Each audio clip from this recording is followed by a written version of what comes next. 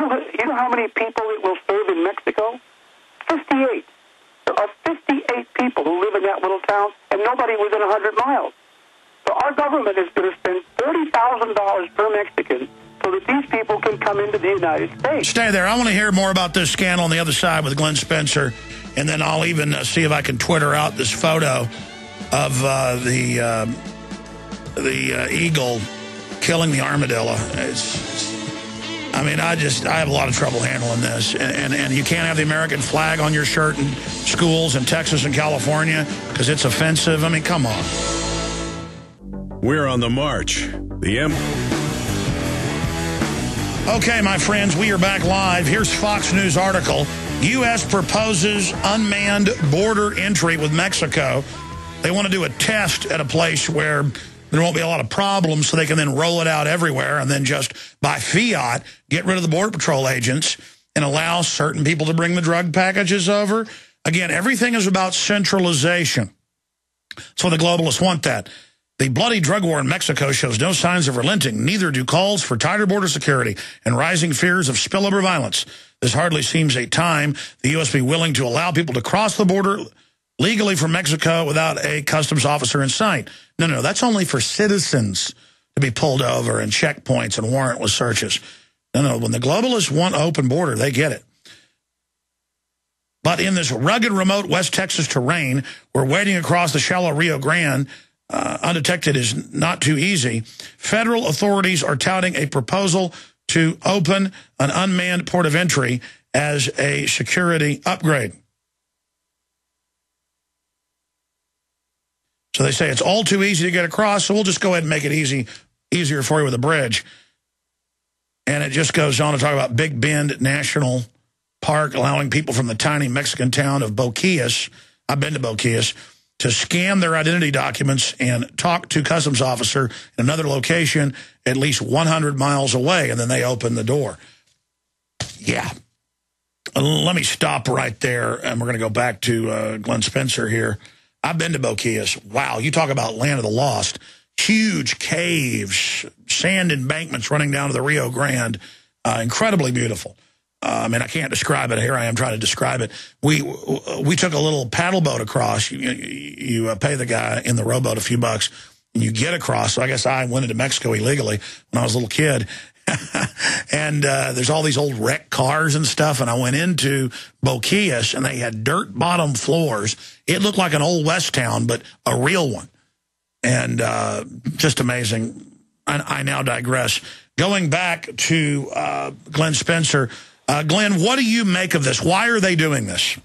Well, they say that the people in this little town, used to shop at the Rio Grande Village store a couple of miles away across the border, and it's very difficult. And they bought food there because they don't have electricity in Boquillas. And so they want to build this $12 million bridge and crossing to serve the people of Boquillas. Well, there's only 58 people who live there. So we're going to spend $12 million so that they can come buy frozen food at the Rio Grande Village store.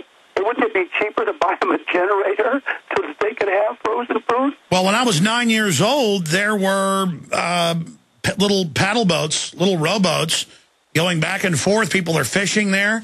I haven't been down there in close to 30 years, but from what I read and what you describe, it's still basically the same. Nobody's stopping those folks from coming across. No, depending on the time of year, it is pretty easy to get across there. And so, but I don't understand, when here we have a country that is broke, right? We don't have any money. And we're spending $12 million to make it easy for 58 people to cross the border? I don't understand that. Well, that's like the state police are getting $600,000 boats here to harass people. I mean, the whole thing is just a joke. Government wants to bankrupt the population. It's unspeakable, and it just goes on and on. Where do you see this high-tech bridge and computer system going? Well, there are public comments that are going into the Department of Homeland Security. In the next, before the end of the month, you can read that report.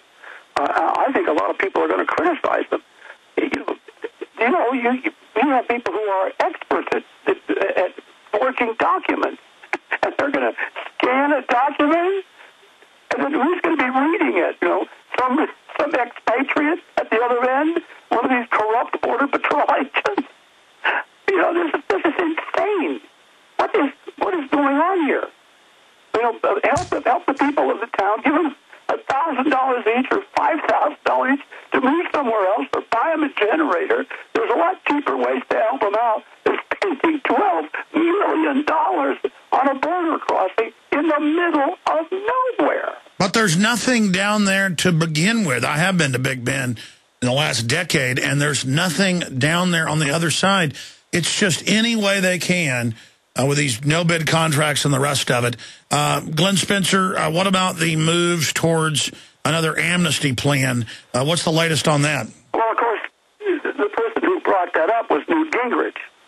And but we have to understand that what Newt Gingrich is really proposing is not people who have been here for 25 years.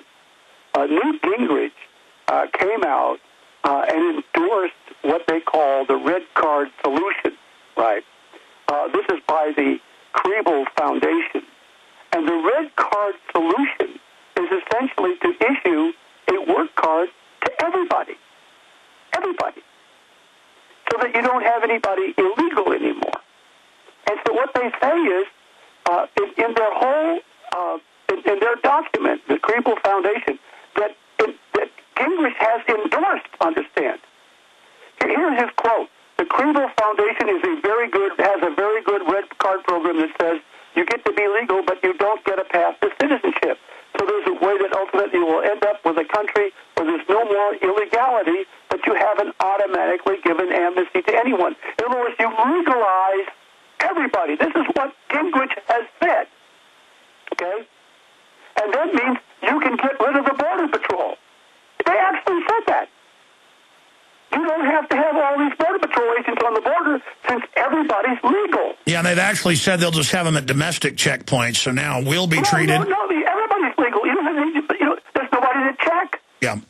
Well, no, Glenn, what I'm explaining is that Homeland Security has said in hearings, and they've now done it, they're going to have checkpoints hardened, but also roving all over the country, where they stop you on the side of the road, search you, checkpoints, shopping malls, body scanners. I mean, that's like leaving your fortress gates open, but then saying you've got armed guards pointing knives at the throats of the villagers as they sleep inside the castle. Yeah, so understand, that is what this guy who was running for president has said. You're not going to hear it many places, but if you Google it and go into Newt Gingrich and the red card solution, he has said that. That was legalize everybody. No, I know. Glenn Spencer, you're doing a great job. Thanks for the update. Look forward to talking to you again soon. Right, thank you. Thank you. There goes Glenn Spencer. Great guy. He's down there right on the border, but I would have him longer, but that phone is worse than it normally is, so I'm not going to subject people to that anymore. Okay. Let me just, again, if you're a new listener, be clear about where I stand on the border situation. The globalists, the New World Order, the mega banks, the United Nations, who run around engaging in every form of pillaging, robbing, murder you can imagine, are for the end of the family, for forced abortion, for eugenics, medical care, population reduction. And they are for disarming the general public, and they run genocides all over the world. They are for using food as a weapon, and they are for open borders. And so they make it all this thing where Rick Perry's like, it's just, you don't have a big heart. You've got a hard heart. Remember his quote? If you don't give illegals in-state tuition. So somebody from Oklahoma or Louisiana or New Mexico comes to Texas. It's the same all over the country.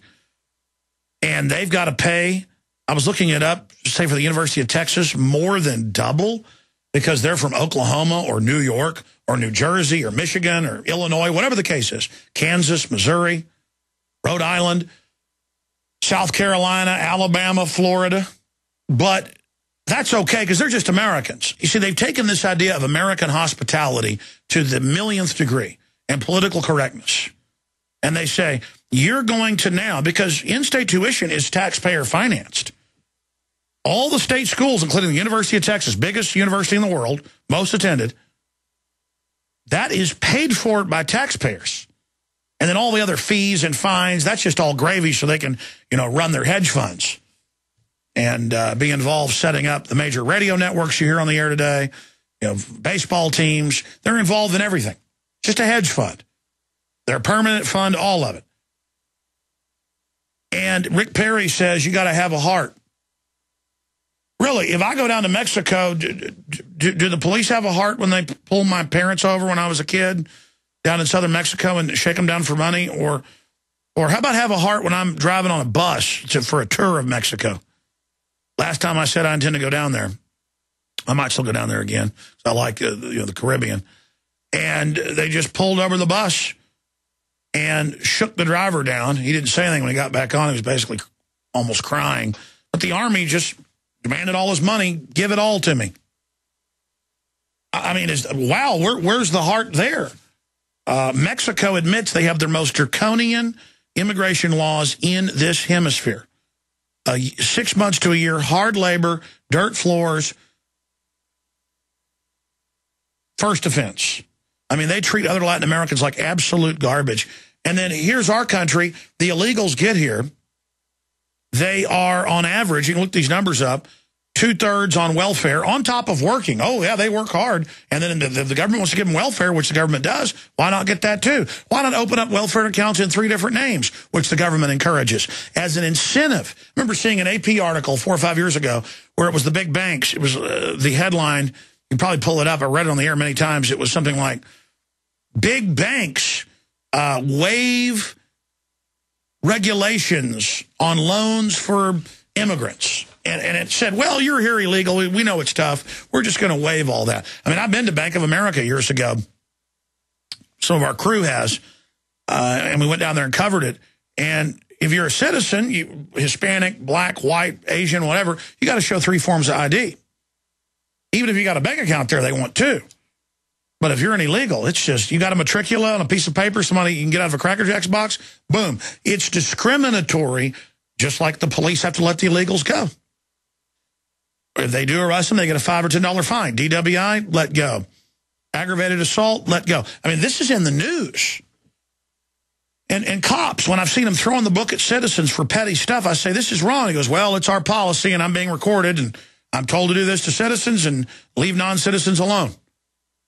Wow, I mean, you're there to see, everybody's thinking of discrimination as black versus white or something, when there's all these other forms of it, where they shut down your local city-owned power plant, jack up your prices so some mega company can make more money and call it environmental. How is that not discrimination? You see? And so the globalists are for open borders. You know, my dad goes once a year or so on aid missions. He's a dentist, and they've got all these different organizations where dentists and doctors go down and do free medical care.